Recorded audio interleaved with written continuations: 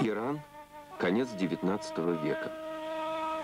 В городе Керманшо, в семье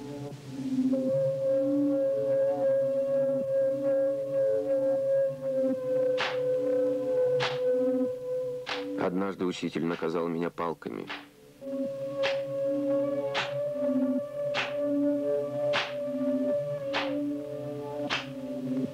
После этого отец запретил мне посещать школу.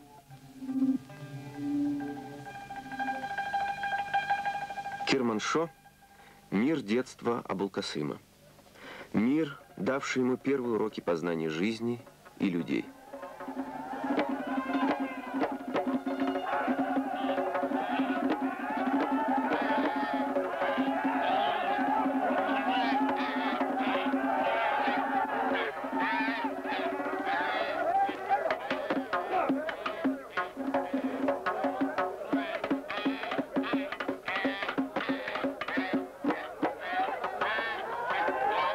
Писать стихи научил меня отец. Революционные движения того времени оказали на меня свое влияние, предопределили мой тяжкий путь борьбы за свободу людей. Огромное впечатление на меня произвело творчество известного революционного просветителя Мирзо Малькумхана. 1904 год. Первая фотография, запечатлевшая братьев Абулькасыма и Абуль-Хасана. Врач, который отличался своим беззаветным служением Родине и людям. В те времена он казался свечой во тьме, окутавшей Иран. С его помощью я и мой брат впервые покинули Керманшо и отправились в Тегеран. Это было началом моих долгих дорог и разлуки с родным городом.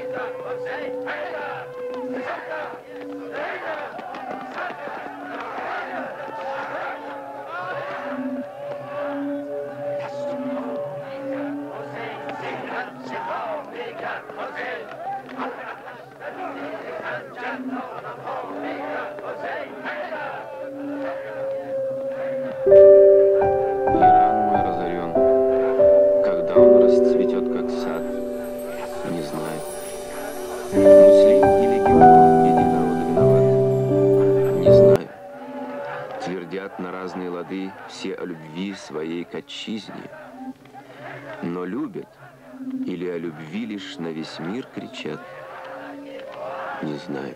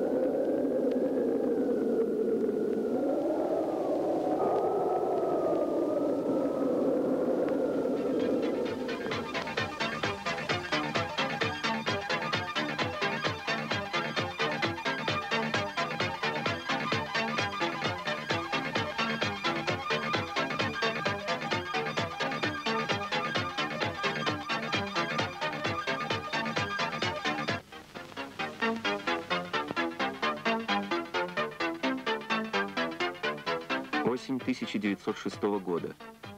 В борьбе с реакцией был созван парламент Ирана и родилась первая конституция страны.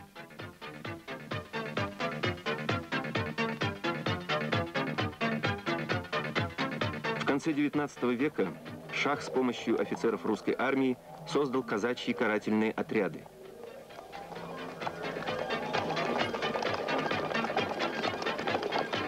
Командир Ляхов, полковник русской армии, Ленин его в своих сочинениях упоминает, что бомбардировал первый парламент Ирана.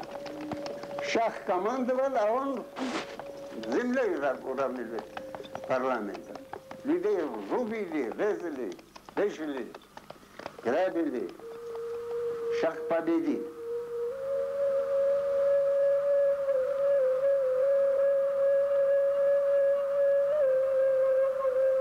В Тегеране освободительное движение потерпело поражение.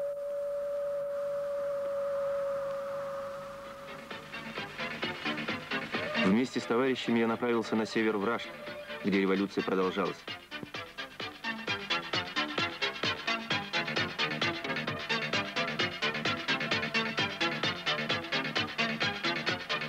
Здесь восстанием руководили Саттархан и Багирхан.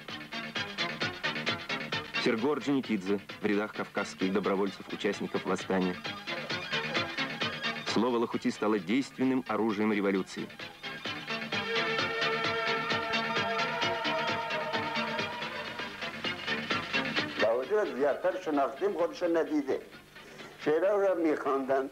Мы ближе узнали лахути. Пламенное слово лахути было на устах молодежи. Его речи зажигали, призывали к борьбе.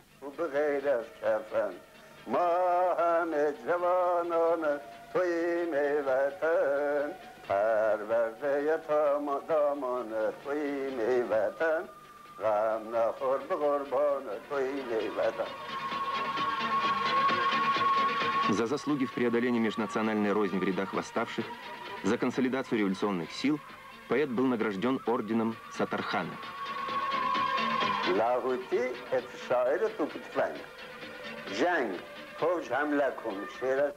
Лахути был поэтом баррикад. Стихи его стали маршами борьбы для нас, для молодых.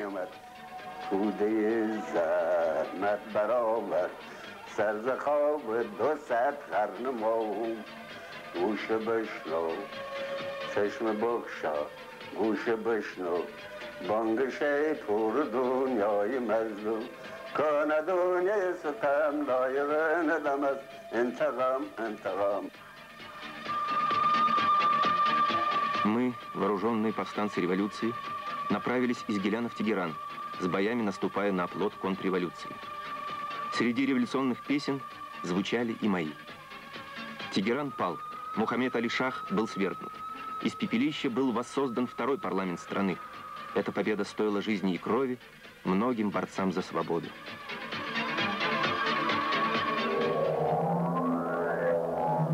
Но свергнутый шах и реакция не сложили оружие. Они собирали силы против революции.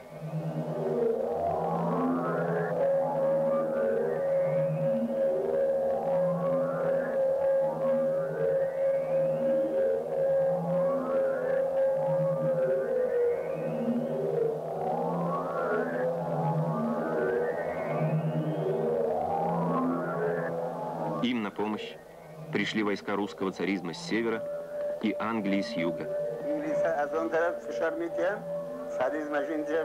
Царизм давил на нас. Страна отсталая, а в далеком прошлом была великая держава. Обидно, черт знает, такого ничего не остаться от Ирана. Просто делили между собой.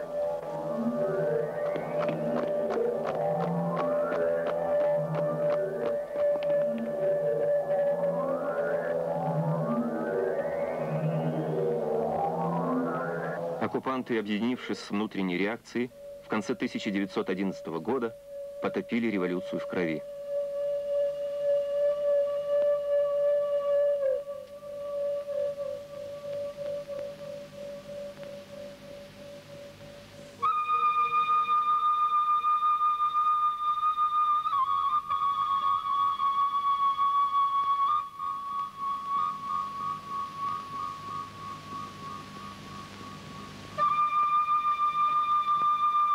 Лахути покинул столицу. Вскоре его арестовали. Был приговорен к смертной казни. Его бросили в подвал и на утро должны были расстрелять. И он сидел в этом подвале, а там было под потолком окошечко маленькое с решеткой. И за окошечком сидел часовой, который его охранял. И этот часовой от нечего делать пел песню. Отец услышал эту песню и узнал ее, потому что в детстве ее пела его мать. Эта песня была курдское племя.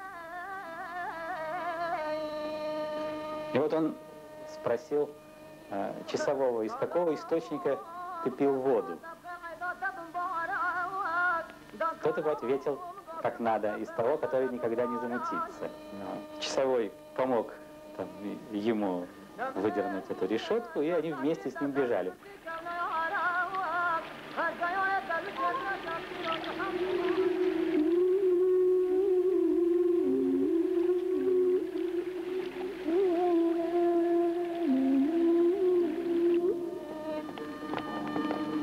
В 1916 году в Керманшахе, в моем родном городе, расположились русские войска, которые воевали с Турцией. Здесь я познакомился с русскими офицерами. Иван Осипович Коломийцев был одним из тех, кого называли большевиками. От него я впервые услышал имя Ленина.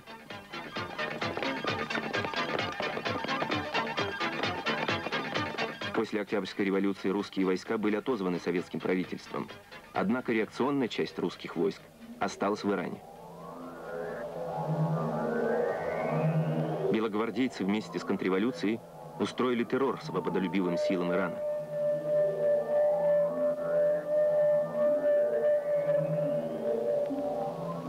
Лахути был вынужден покинуть родной город, не подозревая, что прощается с ним навсегда. —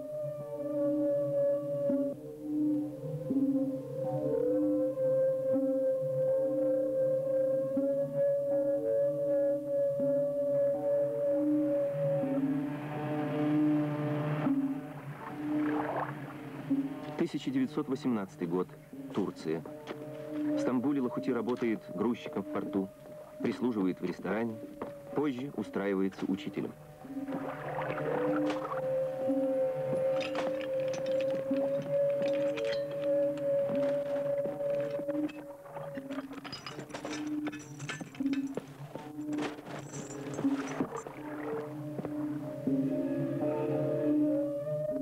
Некоторое время вместе с Хасаном Мукаддамом издавал журнал «Парс», выходивший на французском и персидском языках. Полжурнала на персидском, вторая половина на французском. Я спросил про редактора. Мне сказали, один из них — Лахути.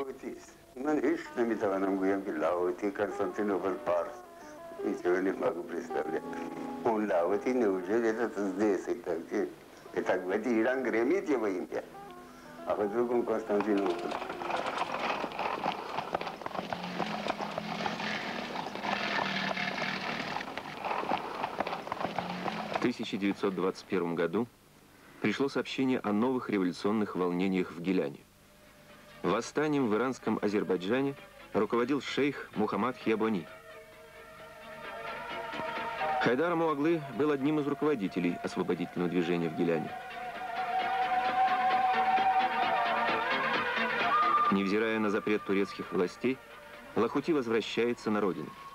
К его возвращению Гилянская революция потерпела поражение, но он сумел объединить уцелевших участников восстания в иранском Азербайджане, к ним присоединить остатки повстанцев в Гиляне, и в январе 1922 года был освобожден Табриз.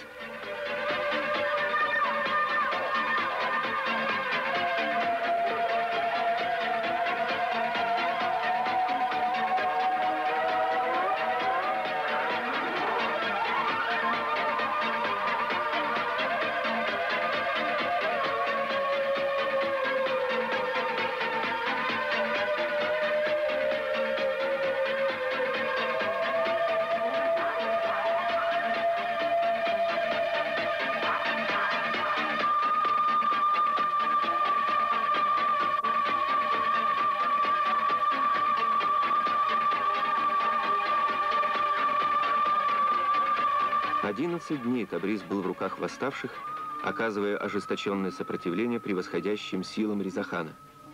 Лишь на 12-й день город пал. После поражения часть повстанцев с боями отступили к советской границе. Он верил, что вскоре вернется на родину, но не знал, что круговорот жизни все дальше уносит его от родной земли. Из воспоминаний Александра Балаяна, начальника пограничной заставы в Джульфе. Отряд примерно из 400 человек во главе с Лахути с боями отступал к границе. Усиление Еджи они перешли на советскую территорию. Мы разоружили их и отправили в Баку.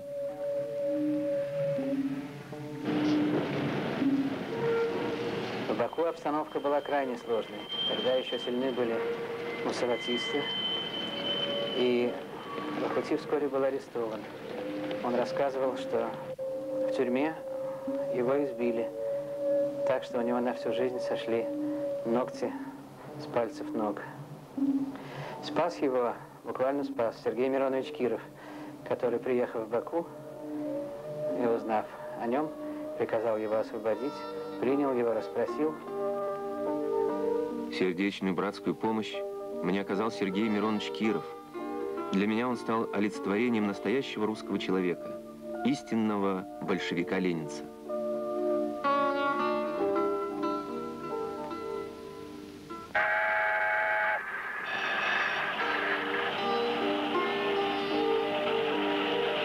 В 1923 году Лахути приехал в Москву и устроился наборщиком в издательстве народов СССР.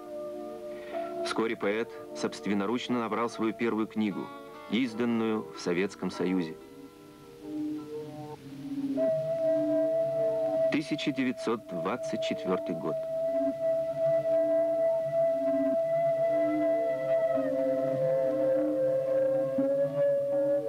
После смерти Ленина поэт одним из первых вступает в коммунистическую партию.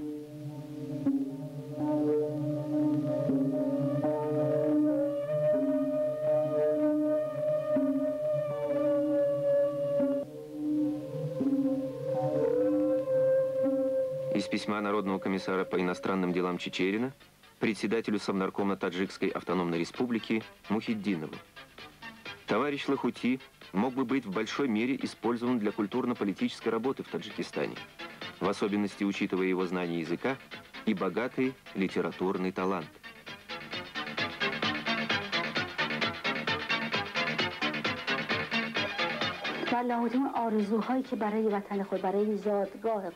То, о чем мечтал, что желал Лахути для своей родины, он увидел здесь, на советской земле, и назвал ее своей. Ведь культура Афганистана, Таджикистана и моего Ирана имеет один исторический источник, и отцом нашей поэзии является Рудаки.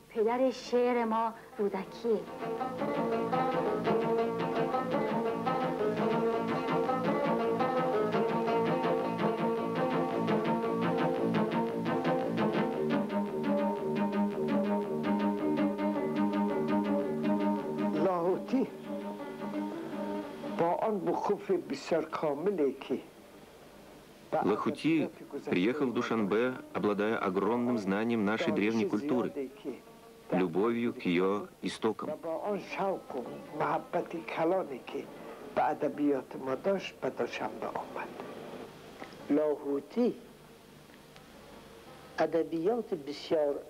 Лахути удалось соединить нашу многовековую литературу с новой социалистической.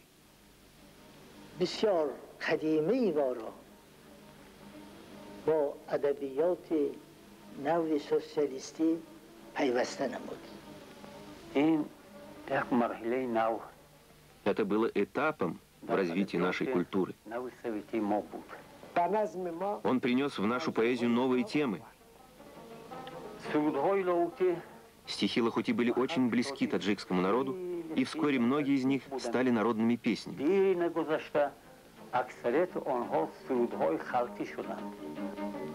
В 1926 году состоялся учредительный съезд Советов Таджикистана.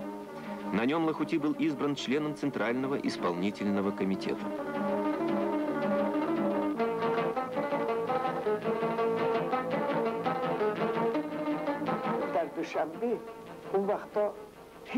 В Душанбе в те годы не было никаких условий для печатного дела и издания газет. Необходимую технику Лахути привез на поезде в Термез. Там погрузили ее на арбы и с большими трудностями везли в Душанбе. Арбы застревали в грязи, и Лахути вытаскивал их оттуда. Так появилось в Душанбе новое издательство, где была выпущена газета «Бедори Таджик», которую Лахути сам и редактировал. برای نشر یکمین گازته که این به نام بیداری تاجیک در دوشنبه چاپ شده بود محرر اونم البته لاهوتی خودش بود. نزد محرر در آمدن شخصی میبینم که هر روز Захожу к редактору и вижу человека, с которым почти каждый день встречался на улице. Я поздоровался с ним. Он справился о моем здоровье и спросил, где я учусь, где живу. Затем назвал себя. Я Лахути, а ты кто?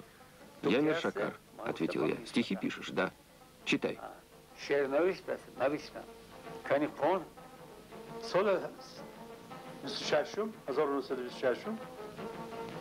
1926 году учитель поручил мне написать автобиографию. Написал я целую тетрадь и отнес учителю Манавзаде домой. У него гостил Устод Лахути. Он взял со стола тетрадь и спросил: «Ты писал?» «Да», — ответил я.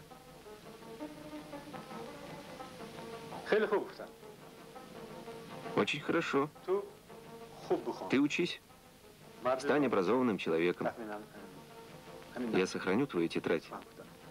И когда ты вырастешь, и, может, станешь журналистом или писателем, я возвращу тебе ее».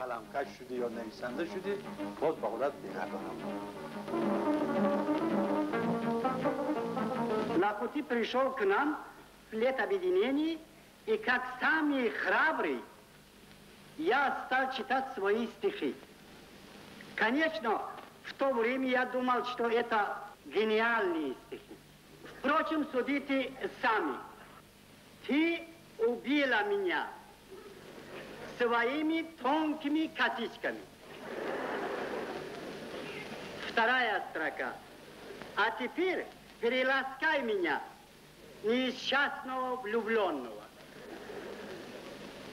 Очень здорово, сказал Лахути. Ну, немножко, ну как же она тебе переласкает, если тебе убила?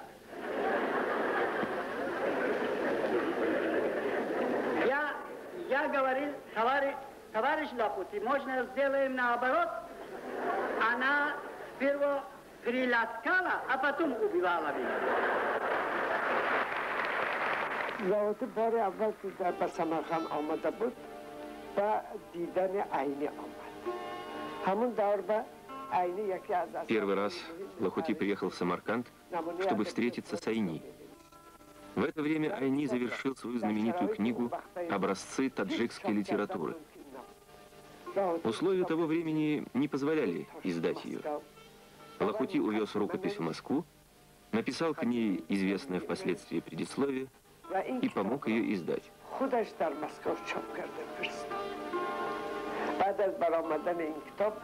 После выхода этой книги враги таджикского народа и таджикской культуры подняли шум. Ведь она стала весомым свидетельством наличия в Средней Азии народа с самобытной древней культурой.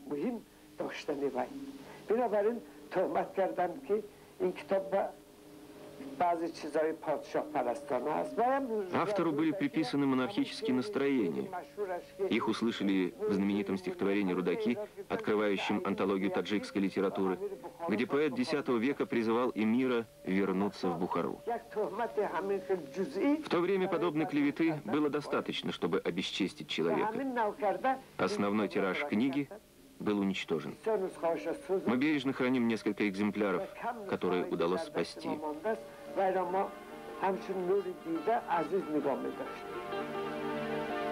Из статьи в «Правде» от 7 сентября 1931 года. Лахути налаживает школьную и издательскую работу в Таджикистане.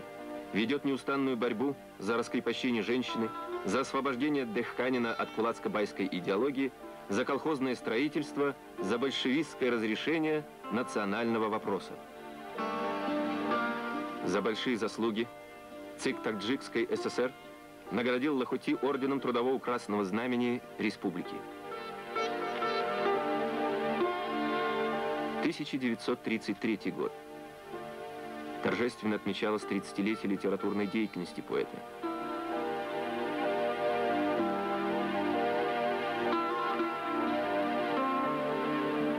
Это было первое и последнее чествование устода в Таджикистане.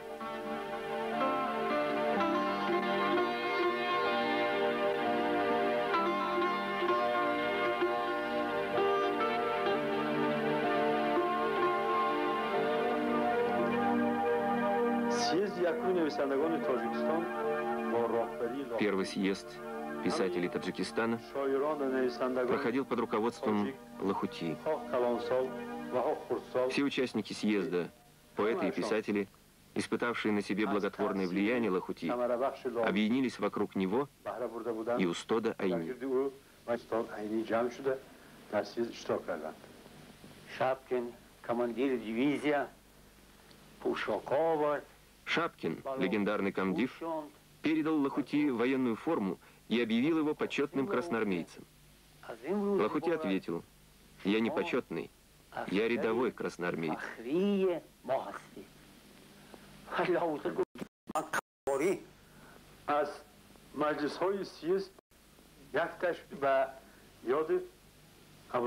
Одно из заседаний съезда было посвящено Абулкасыму Фердауси.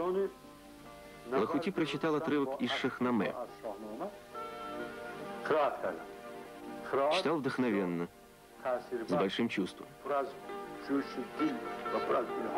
Мы, молодые, конечно, слышали про Фердауси и были знакомы с некоторыми отрывками из его поэмы. Но мне думается, величие Фердауси и его мировое значение мы по-настоящему впервые осознали тогда.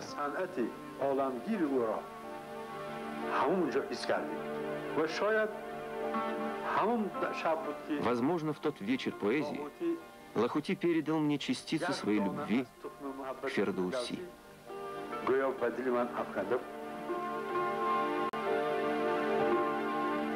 Не было вопросов и проблем в общественно-политической жизни Таджикистана, которым он был бы равнодушен, в решении которых не принимал бы участия. 1933 год. Ленинград. Лохути – активный участник сессии Академии наук СССР по изучению производительных сил Таджикистана. –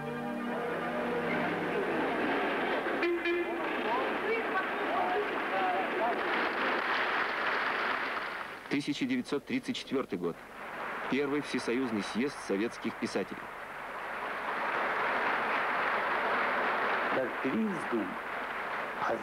В президиуме съезда наши представители Абулькасым Лохути и Садриддин Айни.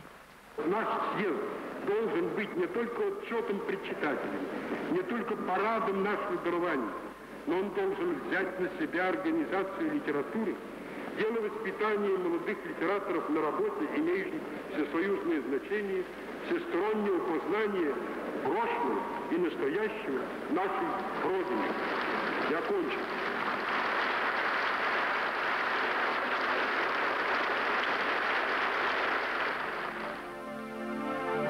لاهوتی مسئله های اساسی پیشرفت ادبیات تاجیک را در В своей речи на съезде Лохути затронул основные проблемы будущего развития таджикской советской литературы.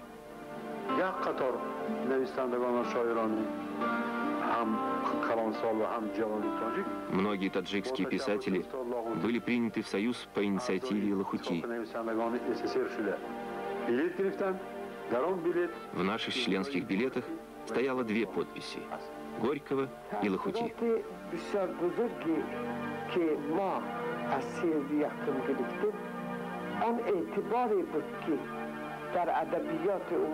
Самое сильное впечатление от съезда – это внимание, оказанное литераторам национальных окраин.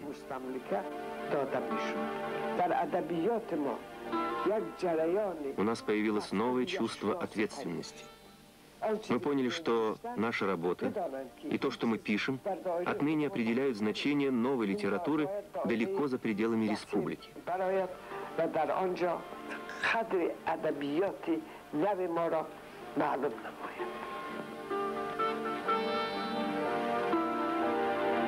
На съезде Лохути был избран одним из ответственных секретарей Союза писателей страны. У нас было несколько секретарей, а Лохути ведался вопросами национальной литературы. Тбилиси. Юбилей Шата Руставели.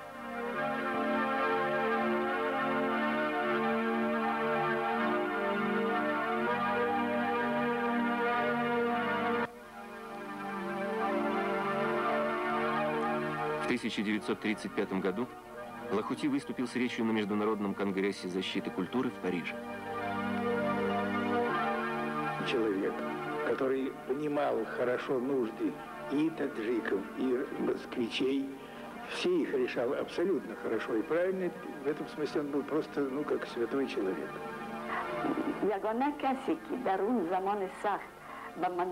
Один из немногих, кто в трудные и трагические годы пытался помочь Мандельштаму, был Лохути. Его жена писала в своих воспоминаниях: «Да знаю ли я что-нибудь о Лохути, кроме того, что он был приветлив и внимателен? Ровно ничего. Но в той озверелой обстановке его приветливость казалась чудом».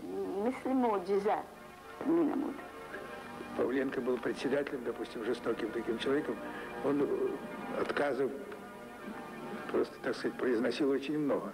Это попадало к Лохути на рассмотрение. Национальные кадры, особенно писательские, он защищал просто железно. Среди всех секретарей, которые вообще были с тех пор, я думаю, он был больше всех на месте.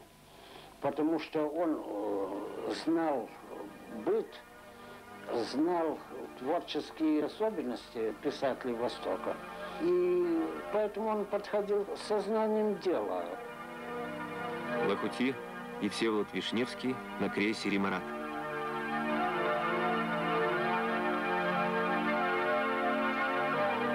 Лохути встречает писателей-антифашистов Леона Фейхтвангера и Марию Остин.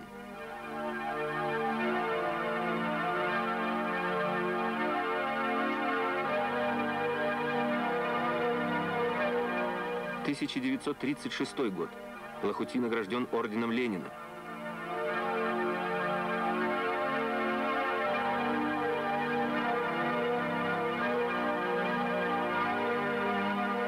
Столетие Джамбула Джабаева.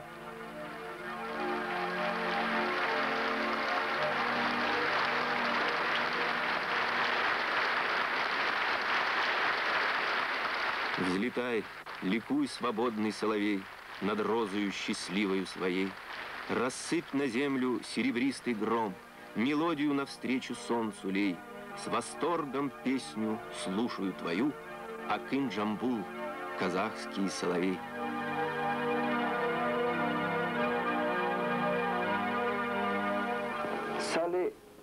В 1937 году начались гонения на Айни. Почти каждый день в газетах Самарканда и Ташкента против Айни печатались клеветнические статьи. Передают мне выписку из приказа главлита: изъять книги С. Айни. Я понял, что очень плохо.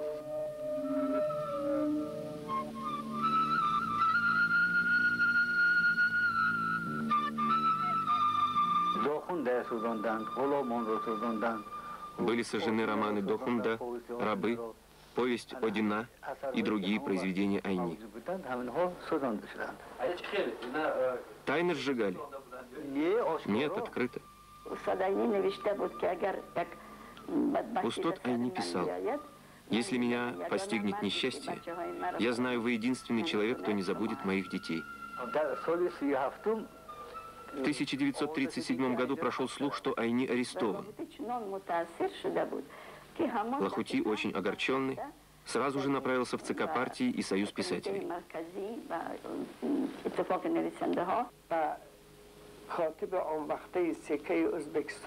Обратился к Усману Юсупову, тогдашнему первому секретарю ЦК партии Узбекистана, с просьбой спасти Айни. Некоторое время спустя Айни пригласили в Ташкент. По возвращению Айни ожил, как бы заново родился. Вот что сделал Лахути. Должен вам сказать, что в 1938 году Лахути, иранскому эмигранту, пойти на такое дело, добиться его, требовало, кроме большой честности, большой смелости.